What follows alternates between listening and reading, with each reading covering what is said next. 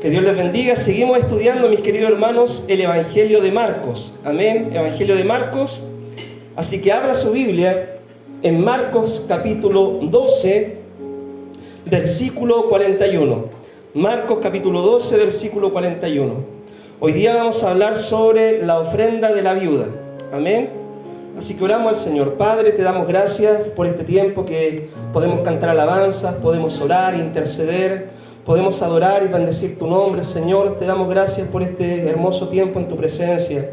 Señor, te rogamos, abre nuestra mente, nuestro corazón, nuestro entendimiento para comprender esta palabra y que con tu ayuda la podamos poner por obra. En el nombre maravilloso de Jesucristo te pedimos todo. Amén y amén. Amén. Marcos capítulo 12, verso 41 dice así la palabra del Señor. Jesús se sentó frente al arca del tesoro y observaba cómo la multitud echaba dinero en el arca del tesoro, y muchos ricos echaban grandes cantidades. Llegó una viuda pobre y echó 2 pequeñas monedas de cobre, o sea, un cuadrante. Y llamando Jesús a sus discípulos les dijo: en verdad les digo que esta viuda pobre echó más que todos los que contribuyeron al tesoro, porque todos ellos echaron de lo que les sobra, pero esta de su pobreza echó todo lo que poseía, todo lo que tenía para vivir. Amén. Esta historia, mis queridos hermanos, nosotros nos enseña una tremenda verdad espiritual. Nos muestra por un lado la generosidad, nos muestra el amor, ¿cierto? La integridad de una viuda pobre que no tenía mayores recursos, en contraste con lo que anteriormente había estado diciendo el Señor. No sé si ustedes recuerdan el sermón anterior, pero si es que no, vean lo que dice el versículo 38, Marcos capítulo 12, versículo 38. Y en su enseñanza les decía Jesús: cuídense de los escribas, a quienes les gusta andar con vestiduras largas y aman los saludos respetuosos en las plazas, los primeros asientos en la sinagoga, en los lugares de honor, en los banquetes, que devoran las casas de las viudas y por apariencia hacen largas oraciones. Estos recibirán mayor condenación. La espiritualidad, mis queridos hermanos, de esta viuda pobre es un contraste total con la vida, ¿cierto?, de estos religiosos escribas que la Biblia lo describe y el Señor lo describe como gente hipócrita, que muchas veces hacían sus obras, ¿para qué? Para ser vistos, que anhelaban, ¿cierto?, los puestos de honor, que para llamar la atención y que la gente lo alabara, y se vestían, ¿cierto?, aparentemente como justos ante los hombres, pero por dentro eran personas que estaban totalmente desviadas del propósito del Señor. Para empezar, lo más importante que nosotros debemos darnos cuenta, mi amado hermano, es que Jesús, Dios, está en su templo. En esta historia nosotros vemos de que el Señor está en el templo, está allí. Y Dios, hermano, aunque es omnipresente, que es un atributo del Señor, que Dios está en todo lugar, está con nosotros las 24 horas del día, aun cuando dormimos, el Señor allí está también. El Señor se manifiesta y se revela de una forma especial en el templo. ¿Qué es lo que es el templo? El templo, ¿cierto?, es esto: un lugar que ha sido consagrado para la adoración, para la alabanza, para la gloria del Señor. Un templo, ¿cierto?, cumple ese propósito. Es un lugar donde nosotros nos reunimos para darle la gloria, la honra al Señor, para venir a adorar al Señor, para venir a honrar al Señor, a aprender de la palabra del Señor, para cantar alabanza. Para eso es el templo. Bueno, cuando el Señor visitó el templo, precisamente no fue eso lo que Él encontró. ¿Qué es lo que habían hecho del templo? Una casa de mercado, ¿cierto? Y el Señor criticó esa actitud que habían tenido los líderes religiosos del pueblo de Israel al convertir su templo en una casa de mercado. El Señor dijo: mi templo será llamado casa de oración para todas las naciones, ¿ya? El templo es un lugar de adoración y Dios se revela de una forma especial en el templo. El Señor dijo: donde hay 2, donde hay 3 reunidos en mi nombre, allí estaré yo. Y acá vemos más de la promesa, reunidos para adorar el nombre del Señor. Entonces, con mayor razón, el Señor está aquí presente ahora, en este instante, con nosotros hoy. Usted puede decir: quizás no somos muchos, no somos una gran multitud, pero el Señor Jesús está aquí. Está acá presente con nosotros, mirando, observando, examinando nuestros pensamientos, nuestro corazón, nuestras actitudes, lo que hemos hecho a lo largo del día y cómo llegamos hasta este lugar. El Señor está mirando, observando eso, lo que quizás a los ojos humanos nuestros no podemos ver, porque todos nosotros llegamos, por así decirlo, con nuestra propia mochila acá a la iglesia. O todos nosotros hemos hecho cosas a lo largo del día y llegamos acá al templo a adorar al Señor. Y el Señor sabe cómo nosotros llegamos. Y el Señor está aquí mirándonos, observándonos. Eso es también lo que dice el libro de Apocalipsis. Si usted hace memoria, en las cartas que escribe, ¿cierto?, el apóstol Juan a la iglesia, a las 7 iglesias, dice de que Jesús está en medio de los 7 candelabros de oro. Y Él se pasea por en medio mirando, observando, examinando el estado de la iglesia. ¿Ya? El Señor está en su templo, nos observa, nos examina cómo adoramos, cómo servimos, nuestra actitud, nuestra preparación, ¿cierto?, que nosotros disponemos para venir a adorarle, nuestra vida, cómo la traemos, etc. Y el día de hoy, mis queridos hermanos, esta es la primera verdad. El día de hoy, yo quiero que usted tenga la certeza y la seguridad de que el Señor está acá en su templo, mirando, examinando nuestro corazón, nuestra vida y nuestro servicio. Jesús está aquí. Amén. Y dice la palabra de que el Señor, mientras estaba ahí en el templo, en Jerusalén, vio, ¿cierto?, cómo el pueblo ofrendaba, cómo el pueblo iba con su ofrenda y llevaban su ofrenda ahí a las arcas que había, ¿cierto?, en el templo. Las ofrendas, mis queridos hermanos, son una forma que nosotros tenemos de adorar al Señor, una forma de demostrar nuestra adoración y una forma de demostrar nuestra gratitud hacia el Señor. Si usted recordará, ¿cierto?, en la Biblia, nosotros a lo largo del Antiguo Testamento siempre vemos de que los hombres se acercaban al Señor y ofrecían holocaustos, sacrificios, ofrendas. La primera ofrenda que de hecho la Biblia registra es la ofrenda de Abel, ¿cierto? Cuando Caín y Abel traen su ofrenda, y Abel, ¿cómo preparó su ofrenda? Preparó lo mejor, algo con excelencia, preparó lo mejor, el mejor corderito, lo más hermoso para el Señor. No era que estaba mal, mis queridos hermanos, de que Caín ofreciera verdura, fruta o legumbre, porque dice la Biblia que él era labrador de la tierra y él ofrecía algo de su trabajo. El problema es que dice de que Caín trajo una ofrenda al Señor, es como que trajo algo sin darle la importancia merecida que requería, ¿cierto?, esa ofrenda al Señor. Él trajo algo por cumplir, por así decirlo. Trajo algo solamente para ofrecer y no le importó nada más. En cambio, Abel preparó lo mejor para el Señor y Dios por eso mira con agrado y se goza de la ofrenda de Abel. En el Antiguo Testamento nosotros vemos, ¿cierto?, de que habían distintos tipos de ofrendas que se ofrecían para el servicio del Señor. Por ejemplo, vemos los sacrificios, vemos los holocaustos que hacían reconciliación entre Dios y el hombre. Todas estas ofrendas simbolizaban o tipificaban lo que iba a ser Cristo un día en la cruz. Y es por eso que Dios pedía que la ofrenda, que le ofrecieran a Él, el corderito que le trajeran, el animalito que presentaran, fuera lo mejor, porque ese cordero, esa ofrenda, tipificaba una verdad espiritual, que un día el cordero perfecto de Dios iba a entregarse en la cruz para morir por nuestros pecados y darnos salvación y vida eterna. Por eso cuando usted recordará, cuando el Señor saca al pueblo de Israel de Egipto, le dice: preparen un cordero, pero sin tacha, sin falla, sin que no sea un cordero cojo, ni ciego, o que esté verrugoso el cordero. No, prepárenle el mejor, porque ese corderito tipificaba a Jesucristo, ¿ya?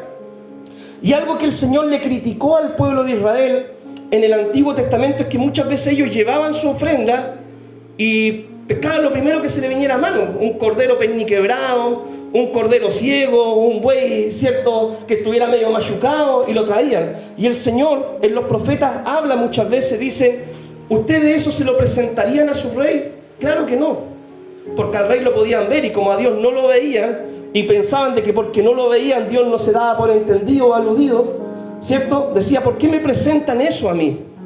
Si a su rey ustedes no le presentarían eso, ¿por qué me lo presentan eso a mí? Entonces ante el rey, el pueblo de Israel traía lo mejor, ¿cierto? Lo mejor, porque podían ver al rey, y el rey, si se enojaba, podía juzgar esa situación. Pero ante Dios, como Dios, ¿cierto?, guarda silencio, ellos traían cualquier cosa solo por cumplir. Y Dios criticó esa actitud del corazón que tenía el pueblo de Israel. Nosotros podemos también caer en la misma actitud, ¿cierto? Como va a venir alguien importante a la iglesia, vamos a traer lo mejor. Pero como Dios, ¿cierto?, no lo vemos, Podemos venir como queramos, hacemos lo que queramos, total Dios como que no ve, no sabe, ¿cierto? No se da por entendido. Y esa actitud debemos examinarla en nuestro corazón. Dios está, hermano, en su templo. Dios está en todo lugar con nosotros. Por eso siempre debemos procurar servir a Dios, dar a Dios, vivir para Dios, dando lo mejor de nuestra vida. Amarás al Señor con todo tu corazón. ¿Cómo lo amamos? De esa forma, ¿ya?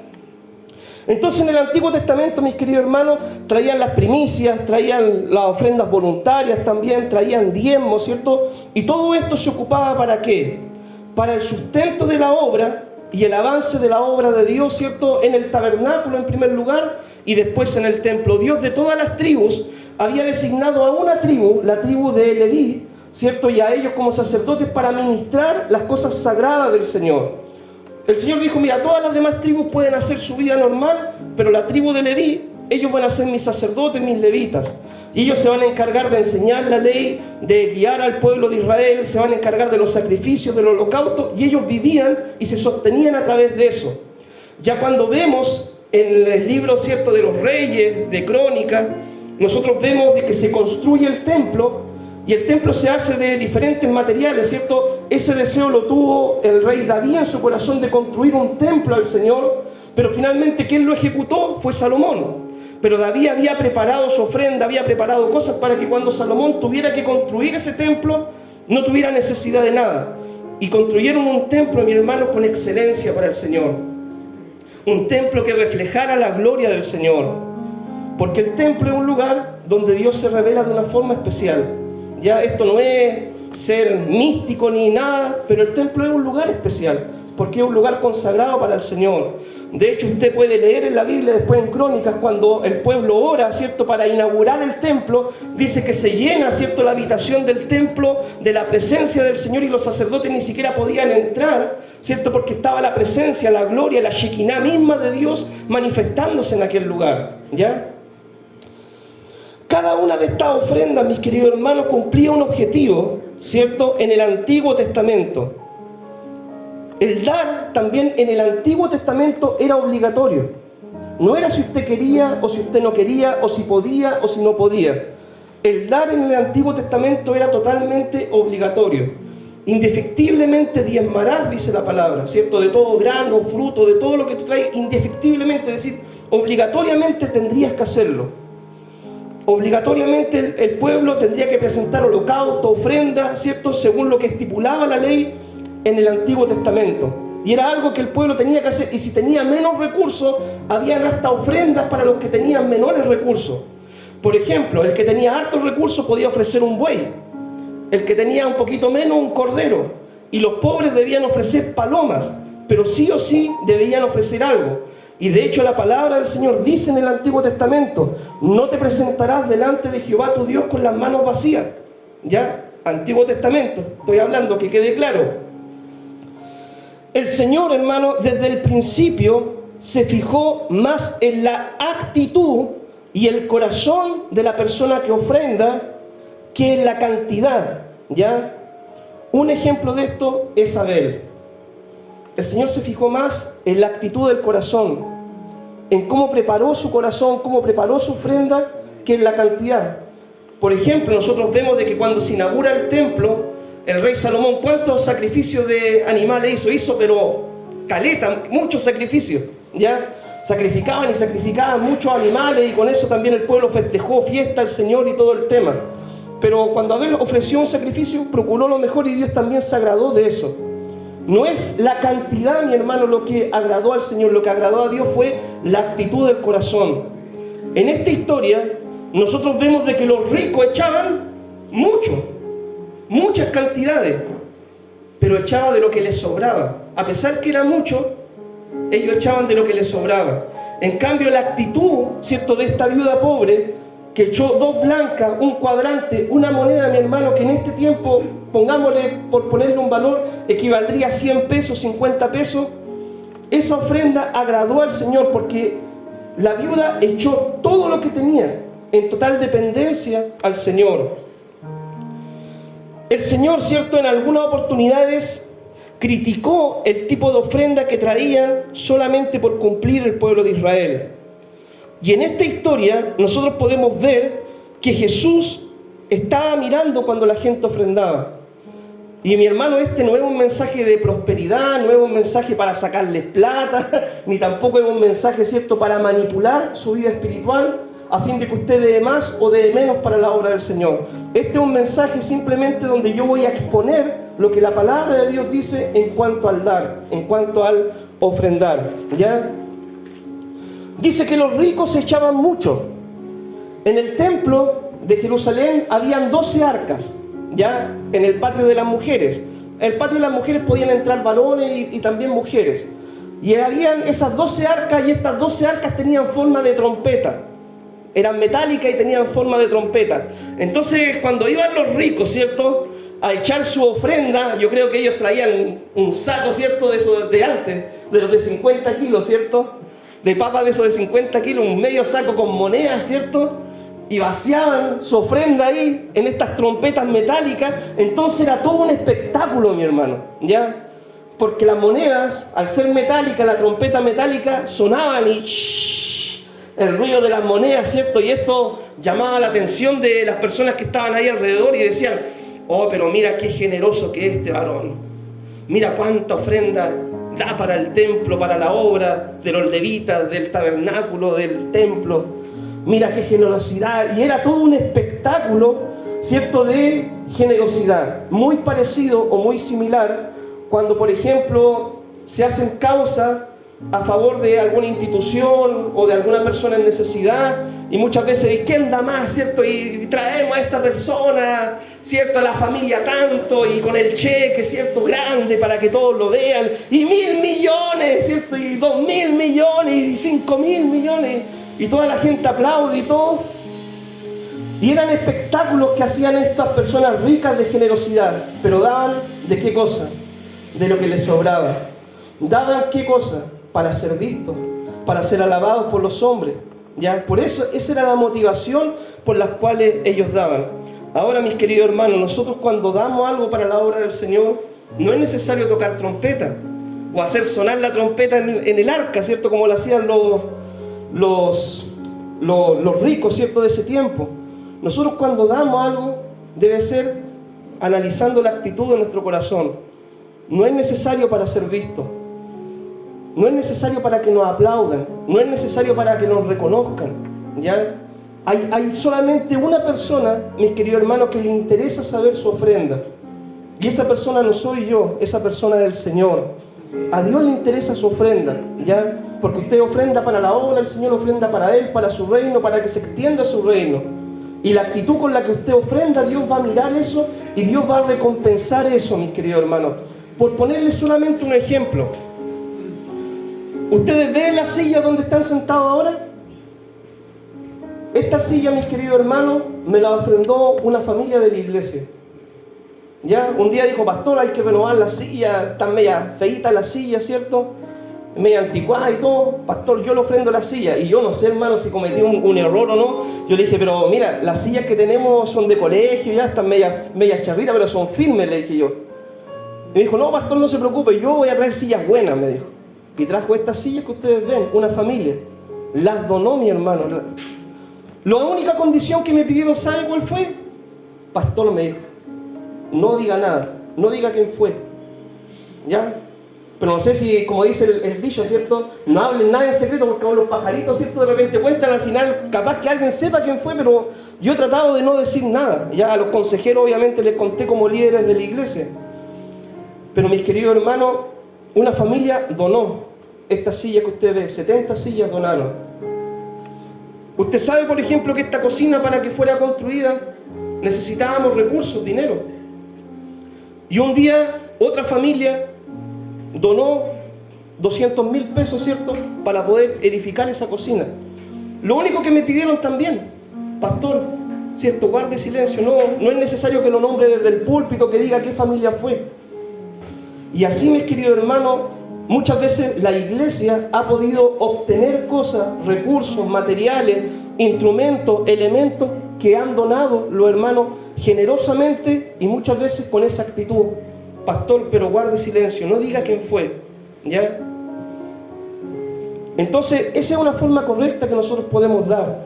No dar para ser visto, Ya, no dar para que me alaben o me reconozcan en público, sino dar porque Dios está mirando nuestra ofrenda y Dios va a bendecir esa ofrenda, ¿ya?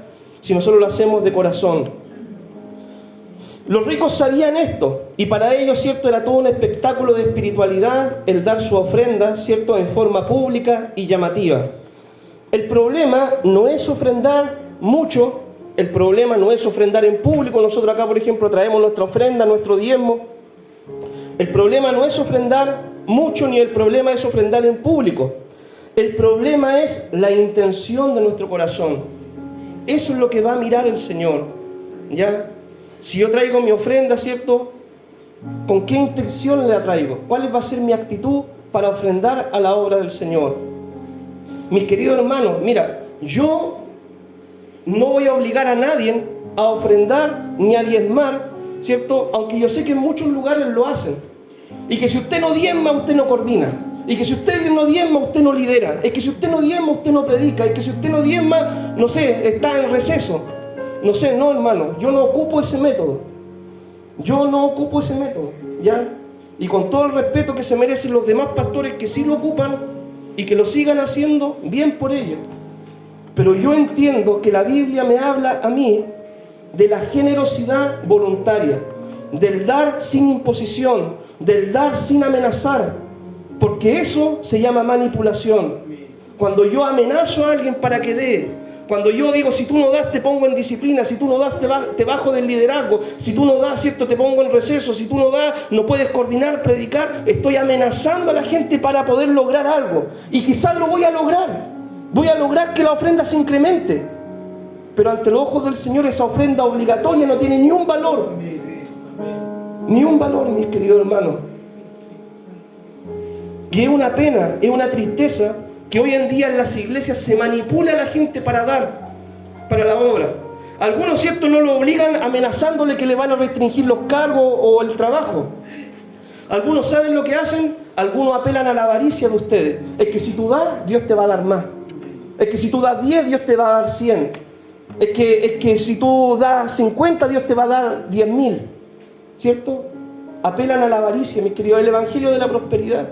Y nosotros damos a la obra del Señor no para que Dios nos dé más. Nosotros damos a la obra del Señor porque hemos entendido que es una forma de adorar a Dios. Es una forma de mostrar gratitud al Señor, ya por lo que Él nos da. De lo recibido de tu mano te damos. Es una forma de mostrar nuestra gratitud al Señor. Es una forma de entender, mis queridos hermanos, que así la iglesia va a seguir avanzando. ¿O qué? ¿Quiere que le vayamos a pedir ayuda a quién? ¿A los políticos, al gobierno, al alcalde, al presidente, para que la iglesia avance? Si queremos que la iglesia avance, mi hermano, Dios pone la bendición en nuestras manos para hacer avanzar la obra del Señor. Nosotros no podemos buscar una ayuda política del gobierno o de la persona que sea que nos ayude como iglesia a salir adelante a cambio de un voto en las elecciones. Eso no es íntegro, mi hermano. Por eso la iglesia y el gobierno, ¿cierto?, debe estar separados. Somos dos cosas diferentes. César, lo de César. Amén. Dios, lo de Dios. Son dos caminos diferentes. No podemos esperar ayuda del gobierno, ni de la alcaldía, ni del municipio, ni de nadie, de esas personas, porque siempre nos van a pedir algo a cambio. Que van a venir, que quieran hacer su campaña, que le ofrezcamos un desayuno a la gente, que quieren conversar con los hermanos. Y no hay que mezclar peras con manzanas, mi hermano. La obra del Señor va a avanzar gracias a nuestras ofrendas voluntarias, ¿cierto?, y de corazón. Nosotros debemos entender, mi hermano, que nuestras ofrendas o dádivas son la manera de honrar a Dios, de adorar a Dios. No debemos ofrendar para ser vistos, ni ser alabados, ni honrados, ni por competencia tampoco, ¿ya? ¿Que quién da más? No, no debemos dar de esa forma. Debemos solamente bendecir la obra. De lo recibido de tu mano, Señor, te damos, ¿ya? En el Antiguo Testamento era obligatorio, indefectiblemente darás, ¿cierto?, diezmarás y darás todo lo que prescribía la ley. En el Nuevo Testamento Pablo habla y dice en 1 Corintios, ¿cierto?, dice, según cada uno haya prosperado, según lo que Dios ponga en su corazón, según lo que usted sienta, ¿cierto?, de dar para la obra, délo. ¿Ya? Si usted, por ejemplo, trae su diezmo, dé su diezmo. Si usted trae su ofrenda, traiga su ofrenda. Si trae sus primicias, traiga su primicia. ¿Ya? Pero yo no lo voy a obligar. No tenemos en esta iglesia tampoco el ministerio de los cobra diezmo, mi hermano. ¿Ya? No sé si usted ha escuchado eso. Hay alguna iglesia, mira, el pastor no te visita nunca. ¿Ya? Pero clavado los 5, los 10, o va él o manda algún secretario a cobrarte el diezmo a la casa. En esta iglesia no existe eso, mi hermano. ¿Ya? No existe eso. Pero debemos entender de que nuestra ofrenda, nuestras dádivas sirven para que la obra de Dios siga avanzando. Amén. Una viuda pobre dice que echó 2 blancas. Jesús, ¿cierto? Versículo antes, había criticado a los escribas, a los líderes, ¿cierto?, religiosos por su hipocresía.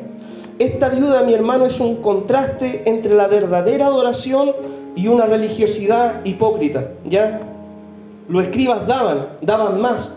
¿Daban para qué? Para ser vistos, reconocidos por competencias, para ser alabados por los hombres. Esta viuda pobre echó todo su sustento que tenía. Esta viuda, mis queridos hermanos, es un contraste entre ella y el joven rico. Jesús, hermano, a esta viuda no le prometió nada. No le dijo, mira, sígueme y va a ser una discípula, una apóstola. No le prometió nada. Simplemente el Señor vio la actitud de su corazón. En cambio, al joven rico el Señor sí le prometió algo. Le dijo, déjalo todo, véndelo, dalo a los pobres, tendrás tesoro en el cielo. Y ahora ven y sígueme, conviértete en un apóstol. Eso es lo que le estaba diciendo el Señor al joven rico. Pero el joven rico, aún recibiendo la invitación directa del Señor, decidió amar sus riquezas terrenales y no seguir a Jesús. Jesús a esta viuda no le prometió nada, solamente la observó y miró su corazón y dijo, este es un ejemplo, ¿cierto?, que quiero que quede registrado para la iglesia a lo largo de la historia del cristianismo. En contraste, muchos escribas, ¿cierto?, se habían hecho ricos por engañar, de hecho, a las viudas. ¿Sabía eso usted? Hacían largas oraciones, dicen los versículos anteriores. En las banquetes les gustaban las primeras puestos. Y muchos de ellos habían engañado a las viudas, ¿cierto? ¿Quién mejor para dirigir los asuntos financieros de una pobre viuda indefensa que un escriba teólogo, ¿cierto?, recto y correcto? Y habían engañado a mucha gente para obtener su riqueza. Nada parecido a la actualidad, ¿cierto? Hermanos, es cosa de ver un poco solamente, abrir los ojos, mis queridos hermanos. Solamente analizar el cristianismo como está hoy en día. ¿Ya? ¿Es malo que un pastor viva del evangelio? No, no es malo. ¿Es malo que un pastor se enriquezca con el evangelio? Sí, eso es un pecado. ¿Ya? ¿Es malo que la iglesia tenga recursos? No, no es malo. ¿Es malo predicar el evangelio y la prosperidad? Sí, eso es pecado. ¿Ya? ¿Es malo que un pastor con su familia pueda tener quizá una vida digna, ¿cierto?, para realizar el ministerio y que viva y se dedique completamente a la obra del ministerio? No es malo. De hecho, la Biblia dice, los que predican el evangelio, vivan del evangelio. Pero lo que prohíbe la Biblia, ¿cierto?, es el amor al dinero, la avaricia. Lo que prohíbe la Biblia, ¿cierto?, el hacerse rico con el evangelio, el engañar a las personas, el manipular a las personas para sacar dinero, ¿cierto?, y así hacerse grandes mansiones. Hermanos, si es cosa de ver solamente, usted tiene que analizar un poco pastores que tienen jet privados, pastores que tienen mansiones, pastores, hermanos, que no le dan cuenta a nadie de lo que ganan. Por nombrarle un caso, solamente un tiempo atrás, un pastor, ¿cierto?, lo entrevistaron, ¿y cuánto gana usted, pastor? No, entre 25 o 20 millones mensuales. Un pastor, ¿cierto?, famoso que salió en la televisión. ¿A quién le da cuenta ese pastor? Si los recursos de la iglesia son para hacer avanzar la obra, mis queridos hermanos. ¿Ya? Yo veía esa noticia hace tiempo atrás, fue una noticia bien famosa. Yo veía esa noticia y decía, imagínate que nosotros tuviéramos esa cantidad de plata, compraríamos terreno, cada 2 o 3 meses compraríamos un terreno y plantaríamos una iglesia. Pero ellos reciben esos dineros que son para el avance de la obra del Señor y lo ocupan en ellos mismos, mis queridos hermanos. Por eso, hermanos, tenemos que ser conscientes, ¿ya? Tenemos que ser conscientes, darnos cuenta de la situación. Yo le hablo, hermano, con la palabra, le hablo con la verdad y con el sentido común también, ¿ya? Y es cosa de analizar. Usted, por ejemplo, si un día me dice, pastor, quiero revisar las finanzas de la iglesia, amén. Si es miembro de la iglesia, ¿por qué no? Quiero revisar, pastor, cuántos son los diezmos que usted recibe. Amén, revíselo. Ahí está el libro, hermano. No tengo miedo a eso, ¿ya? Acá tratamos de hacer las cosas bien, con integridad, porque entendemos de que estamos haciendo avanzar el reino del Señor, estamos predicando el Evangelio. Y esto que yo le digo ahora, ¿cierto? Bueno, capaz va a salir en las redes después, pero esto que yo le digo ahora no lo dicen en todos lados. Y no se lo van a abrir tampoco para que usted lo haga en todas partes. Porque en muchos lugares, mis queridos hermanos, pasan años y años y años y nunca se da una rendición de cuentas de cuántos son los ingresos de una iglesia, de cuántos son los egresos, en qué se gastan los dineros. ¿Recuerdan ustedes, mis queridos hermanos, la ofrenda especial que hicimos el año pasado? ¿Cierto? En el culto de acción de gracias se reunieron 203,000 pesos, me parece mucho. ¿En qué se gastó ese dinero? En el arreglar la casa pastoral. Si sacamos las cuentas, ¿cierto? Están las boletas y todo. En eso se gastó, se compró terciado ranurado, se compraron vigas, ¿cierto? Se compró material, se compró barniz, ¿cierto? Se compraron los elementos para poder reparar la casa pastoral. En eso se gasta la plata de la ofrenda, mi hermano. En eso se gastan las ofrendas especiales que pedimos, ¿ya? Para que usted tenga conciencia de estas cosas. La ofrenda de la viuda, ¿cierto?, contrasta con la actitud de toda esta gente que le acabo de nombrar. La viuda ofrendó de una forma genuina. Su ofrenda no emitió ruido, no llamó la atención, no había nadie grabando en la televisión su donativo, no salió publicada en los diarios de la época, sino que solamente Dios la miró. Amén. Esa ofrenda hizo la viuda. No salió publicado, ¿cierto? ¿Cuánto es la cifra? No salió publicado ahí. Repítame la cifra. No salió publicada ahí la ofrenda. No salió en el diario el donativo de la ofrenda de la viuda, ¿cierto? No salió publicado. Dios solamente miró esa ofrenda y Dios se agradó de eso. La ofrenda de esta viuda pasó a la historia y nos sirve como ejemplo para nosotros el día de hoy. Amén. Bien. ¿Cómo debe ser nuestra actitud al ofrendar? Bajo la gracia, ¿cierto? Nosotros seguimos diezmando, traemos nuestras primicias, traemos nuestra ofrenda, ¿cierto? Ya que la obra del Señor necesita ser sustentada. Pero esto debe nacer del corazón, en forma voluntaria. La iglesia, mi hermano, necesita recursos, ¿cierto?, para avanzar. Usted ve el confort de los baños, mi hermano, eso no lo pone un ángel, ¿ya? Usted ve que las cuentas de la luz, del agua, esas no se pagan solas, ¿ya? De repente usted dice, estaría bueno echarle una pintada al templo. Sí, la pintura hay que comprarla. ¿De dónde? De la ofrenda, de ahí se saca. Pastor, que me falta cloro, para limpiar. ¿De dónde se saca? De la ofrenda. Amén. Que de repente los músicos me dicen, hay que comprar más cables. Los cables no se compran solo, hermano, nos los traen los ángeles. ¿De dónde lo sacamos? De la ofrenda, de ahí se saca todo. ¿Ya? La iglesia necesita recursos para seguir avanzando. ¿Ya? Necesitamos recursos para poder avanzando, pero estos se obtienen de sus miembros, como dije, de forma voluntaria. ¿Ya? Los recursos deben salir de nosotros, de lo que nosotros tenemos. No podemos, como le dije, pedir ayuda al gobierno ni a alguna institución gubernamental a cambio de un voto político. Pero cuando ofrendamos, ¿cierto?, nosotros debemos hacerlo con un entendimiento, ¿ya? Comprendiendo que es una forma de adorar al Señor y, como le dije, demostrar nuestra gratitud, y además una forma de ver que la iglesia va a seguir avanzando. La iglesia va a seguir avanzando, mi hermano, con los recursos que nosotros podemos dar. Con eso vamos a comprar tratados, ¿ya? Con los recursos que damos vamos a poder seguir bendiciendo la obra del Señor. Los hermanos queremos poner cerámico afuera a la entrada del templo. ¿De dónde van a salir los recursos? De nosotros salen los recursos. Y la obra de mano también, ¿o no? Amén, mi hermano Marco, ¿cierto? Y a todo esto, mi hermano, los hermanos cuando trabajan en la obra, nunca nadie me ha dicho, y pastor, ¿y cuándo me va a dar mi bono? ¿O cuándo me van a pagar mi salario, cierto? Trabajan, hermanos, generosamente, sin esperar nada a cambio. Ya, acá yo a los músicos, ¿cierto?, no les pago por cantar, a los predicadores no les pago por predicar, a los coordinadores tampoco. Acá el trabajo es voluntario. Y el que quiera trabajar, amén, trabajemos. Seamos de una línea así. Prediquemos el Evangelio como corresponde y hagamos bien las cosas. ¿Ya? Dios promete bendecir, prosperar y hacer llover bendiciones sobre el dador alegre, generoso y voluntario. Porque dice la Biblia que Dios ama y bendice el dador alegre. Ese es el dador que Dios bendice. Así que yo, mis queridos hermanos, por medio de esta prédica, les quiero invitar, ¿cierto?, a ofrendar, dijo. Les quiero invitar a imitar el ejemplo de la viuda. Amén. Imitemos ese ejemplo, mis queridos hermanos, y podamos adorar al Señor, no con un emocionalismo simplemente, ¿ya? Porque ahora ustedes me van a decir, no, está bueno para pedir una ofrenda, ¿cierto? No es esa la intención de la predicación de esta tarde.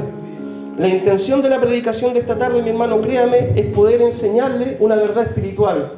Que la verdad es que la iglesia se sustenta con nuestros recursos que nosotros damos para que la obra avance. Amén. Así que imitemos el ejemplo de esta viuda. Cuando demos algo, ¿cierto?, que el Señor nomás sepa. Que cuando traemos nuestra ofrenda, ¿cierto?, nuestro diezmo, nuestra primicia, no lo podemos hacer hasta en secreto, mi hermano.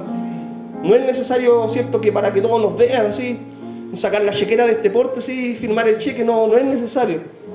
Sino que uno da generosamente. Como Dios lo ha bendecido a uno, así bendecimos la iglesia, para que la iglesia siga avanzando. Amén. Oramos. Padre, te damos gracias, Dios mío, en esta tarde, que podemos, Señor, aprender, Dios mío, de tu palabra. Aprendemos, Dios mío, Señor, sobre el dar, sobre el ser generoso, Señor, sobre las intenciones de nuestro corazón al dar para tu obra, Señor.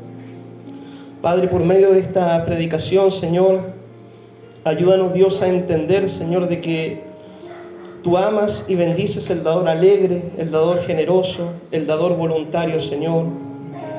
Padre Santo, que cuando ofrendamos, Dios mío, no lo hacemos por avaricia, pensando, Dios mío, de que tú nos puedes dar algo a cambio, sino que es una forma de demostrar nuestro amor por ti, es una forma de demostrar, Señor, nuestro interés por el avance de la iglesia, es una forma de demostrar nuestra gratitud por todas las bendiciones recibidas de tu mano, Señor. Padre, que esta palabra, Dios mío, no se malentienda, Señor, y que mi hermano no tengan un mal concepto, Dios mío, de lo que es el dar para la iglesia, sino que podamos entender, Dios mío, que de las bendiciones recibidas de tus manos, Señor, podemos bendecir la iglesia de Dios, Señor, para que tu iglesia siga expandiéndose, siga alcanzando vidas y siga, Dios mío, alcanzando el tesoro más grande que tenemos, Señor, que son las almas transformadas y cambiadas por el poder de tu Espíritu Santo. Señor, bendice este tiempo de enseñanza en el nombre de Jesús.